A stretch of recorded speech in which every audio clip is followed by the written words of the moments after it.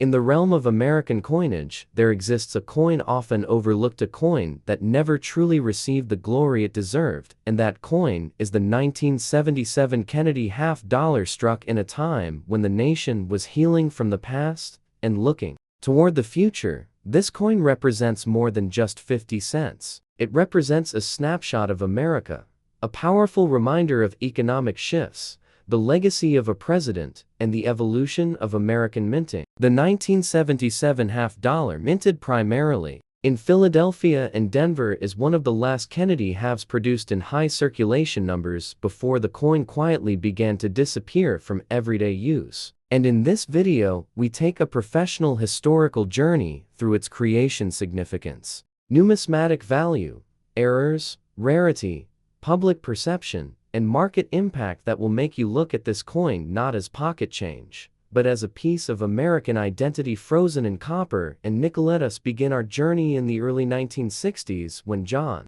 F. Kennedy became the youngest elected president of the United States. The nation was captivated by his charisma and his vision for America. When he was tragically assassinated in November 1963, the nation went into mourning, and just weeks later, Congress moved swiftly to memorialize the fallen president by placing his profile on the half-dollar. This decision led to the immediate replacement of the Benjamin Franklin design that had adorned the coin since 1948, and in 1964, the first Kennedy half-dollars were struck with a composition of 90% silver, making them highly sought after and beloved by collectors and citizens alike. As we move into the 1970s, the landscape of American coinage changed dramatically due to silver shortages, rising production costs, and a dwindling demand for half-dollars in general. The composition shifted in 1971 to a copper-nickel-clad version, removing silver entirely and making the half-dollar resemble the common dime and quarter in material, but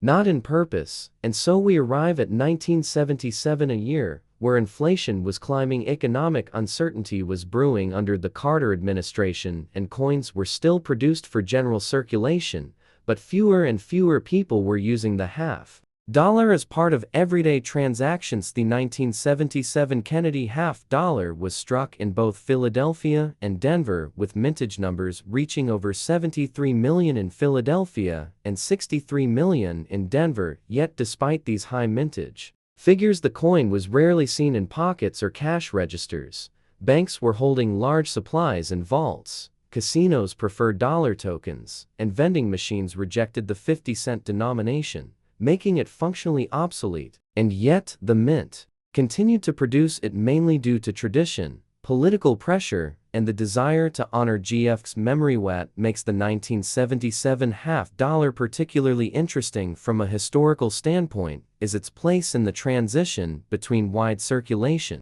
and collector-focused minting. By the 1980s, the United States Mint would begin to reduce its mintage of half-dollars drastically, and many years would pass without them being minted for circulation at all. So in a way, the 1977 half-dollar stands at the edge of a cliff, a final gasp of relevance before slipping into the shadows of coin drawers and collector albums. Examining the coin itself, we find the obverse features a left-facing bust of John F. Kennedy, designed by Gilroy Roberts, with the word Liberty arching across the top, the date 1977 anchoring the bottom, and the motto "In God We Trust" split between the left and right fields of Kennedy's face. The reverse, designed by Frank Gasparo, features the presidential seal, an eagle with the shield, arrows, and olive branches surrounded by 50 stars, and the words "United States of America" and half-dollar encircling it. The detailed artistry is often ignored, but in this video, we give it the time and respect it deserves, highlighting the care that went into each line and stroke. From a numismatic perspective, most circulated 1977 Kennedy half-dollars are not especially rare, with values hovering around face value to a few dollars in higher condition. Yet that does not mean they are without value to collectors. On the contrary, high-grade examples, especially those graded Ms. 66 or higher by PCGs or NGC, can command significant premiums, particularly if they exhibit full strike, no contact marks, and original luster, and then There are the error coins which have captured the imagination of collectors for decades. Examples include off-center strikes, double diab versus planchet issues, and coins struck on incorrect blanks. These errors, while rare, have been authenticated and sold for hundreds of dollars depending on condition and visibility. And a third layer of intrigue lies in the proof versions of the coin struck in San Francisco. These were not made for circulation,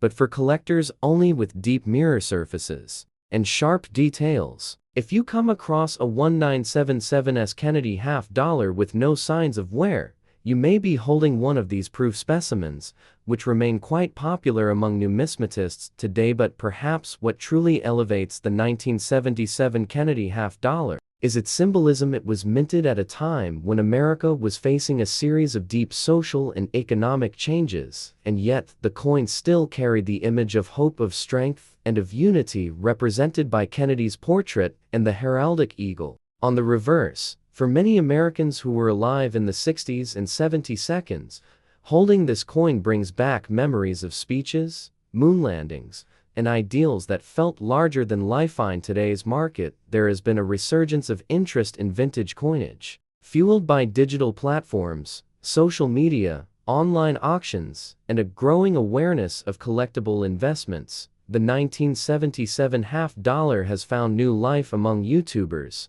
TikTokers, eBay sellers, and coin enthusiasts who see it not as an obsolete denomination, but as a vessel of history, artistry, and economic storytelling. And as prices for rare varieties and high grades climb, the coin is being re-evaluated not just in terms of dollars, but in cultural significance. In this 2-hour journey, we will walk through detailed charts of mintage breakdowns. We will compare die varieties. We will show high-resolution close-ups of key features and errors. We will explore how inflation and economic policy impacted the production and demand for coins during the late 70s, and we will speak with collectors and dealers who remember when these coins came fresh from the bank rolls, wrapped tight in paper and heavy in the hand. We'll conclude with the professional valuation guide to help you identify what your 1977 Kennedy half dollar might be worth today, based on condition, mint mark, strike quality, and overall market demand. We will also explore how to store, grade, and sell these coins in a way that preserves their integrity and maximizes their